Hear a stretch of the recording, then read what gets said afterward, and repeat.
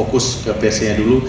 Dan hari ini saya persilakan teman-teman media, teman-teman pers untuk bisa bertanya terkait dengan masalah terjadi di Perse, Kubu Surabaya Kabupaten ND, terkait dualisme, dan juga mungkin bisa bertanya terkait dengan skema pertandingan Liga 3, terus kenapa melibatkan dari pemain-pemain prapon, segala macam silakan kita tanyakan supaya nanti saya bisa akan jelaskan dengan detail kenapa seperti ini gitu ya semuanya. Mungkin saya persilakan ke teman-teman pers. Baik, dari saya Taufik lagi.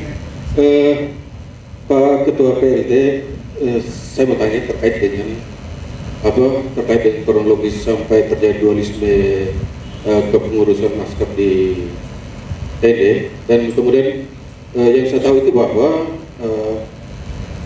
PLT Askap itu adalah Pak Yadi sendiri, kemudian juga ada tugas yang didelegasikan oleh Asprof PSI NTT. Nah, bagaimana dengan tugas-tugas yang diberikan itu, terutama terkait dengan pergantian kepengurusan Askap definitif? Mungkin itu, terima kasih. Ini saya bisa jelaskan dari awal ya, mungkin teman-teman biar sekalian bisa nanti dapat ini ya, penggambaran.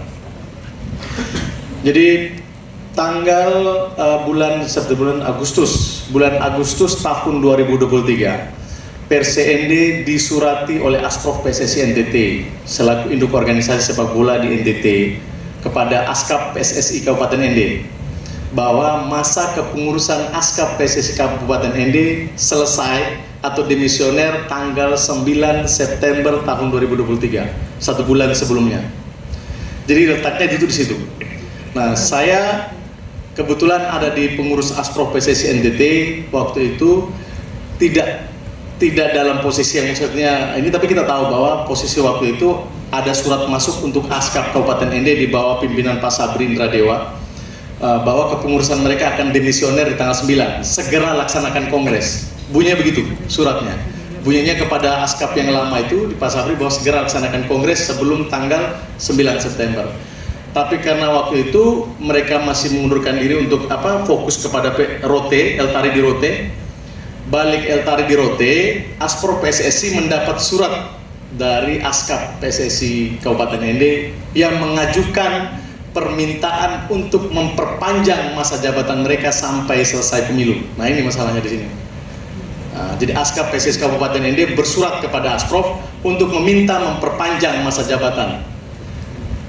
Ketika surat itu masuk di Asprof, jawabannya Asprof tidak menjawab surat itu, tetapi langsung menunjuk PLT.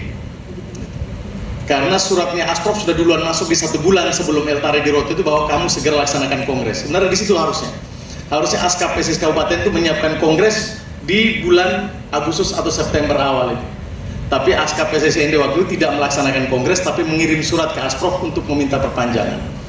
Nah, karena surat perpanjangan itu masuk, saya langsung ditunjuk.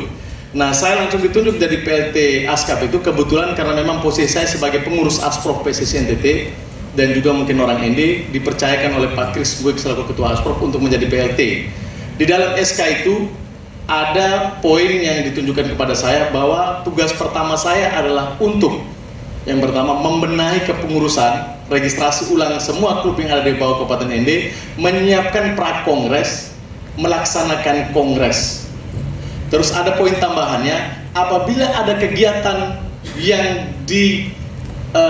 dilaksanakan atau yang diperintahkan oleh Asosiasi Asprof PSSI NTT dalam masa persiapan kongres, PLT diberi kewenangan untuk dapat melaksanakan kegiatan. Itu ada di SK saya selama masa transisi, selama masa persiapan kongres dan lain-lain. Nah, kenapa tadi ditanyakan kenapa saya tidak melaksanakan kongres? Karena memang posisi setelah September itu sudah mulai persiapan kita untuk pemilu biasanya. Kami ada siapkan pemilu, terus ada U17 di Bejawa. Ini juga terkaitan, ini sebenarnya ada masalah yang sangat penting di Kabupaten ND, bahwa ketika saya harus melaksanakan kongres, otomatis saya harus memverifikasi anggota yang memiliki hak suara untuk memilih ketua Askap yang baru secara legitimasi gitu ya. Legitimasinya itu diakui bahwa dia benar-benar memilih hak suara gitu untuk memilih ketua baru. Ternyata setelah dalam perjalanannya, saya setelah ditunjuk jadi PLT, saya sowan ke rumahnya Pak Ketua PLT Askap yang lama Pak Sabri Dewa 3 kali. Saya ketemu dengan beliau, saya tanyakan, ini seperti apa Pak? Om, saya waktu itu masih panggil dia Om, ini seperti apa kronologisnya? Apakah ada perintah-perintah untuk saya sebelum melaksanakan prakongres dan lain-lainnya? Atau mungkin ada program-program yang belum selesai dalam masa-masa ini? Atau mungkin registrasi ulang klub dan segala macam sebelum kita melaksanakan kongres? 3 kali saya bertemu dengan Pak Sabri. Pertemuan malam kedua Pak Sabri mengundang semua pengurus ASKAP yang lama, termasuk ada Pak Arief dan teman-teman semua. Di situ Pak Sabri Nadeo mengatakan bahwa saya sudah selesai ngurus bola di Kabupaten Ende. Saya tidak lagi mengurus sepak bola. Saya sudah selesai, saya libur. Sekarang ini yang mengurus sepak bola di Kabupaten Ende sementara adalah dia pakai bahasa kita, aneh saya Pak Yadi, ini si ponan saya juga yang mengurus. Jadi saya punya kegiatan sudah selesai. Jadi itu langkah-langkah selaku saya sebagai orang yang baru dan juga masih orang Ende juga, kita kepentingan adab itu duluan. Jadi saya bertamu ke beliau, saya minta pengarahan, saya minta juga petunjuk dari beliau waktu itu.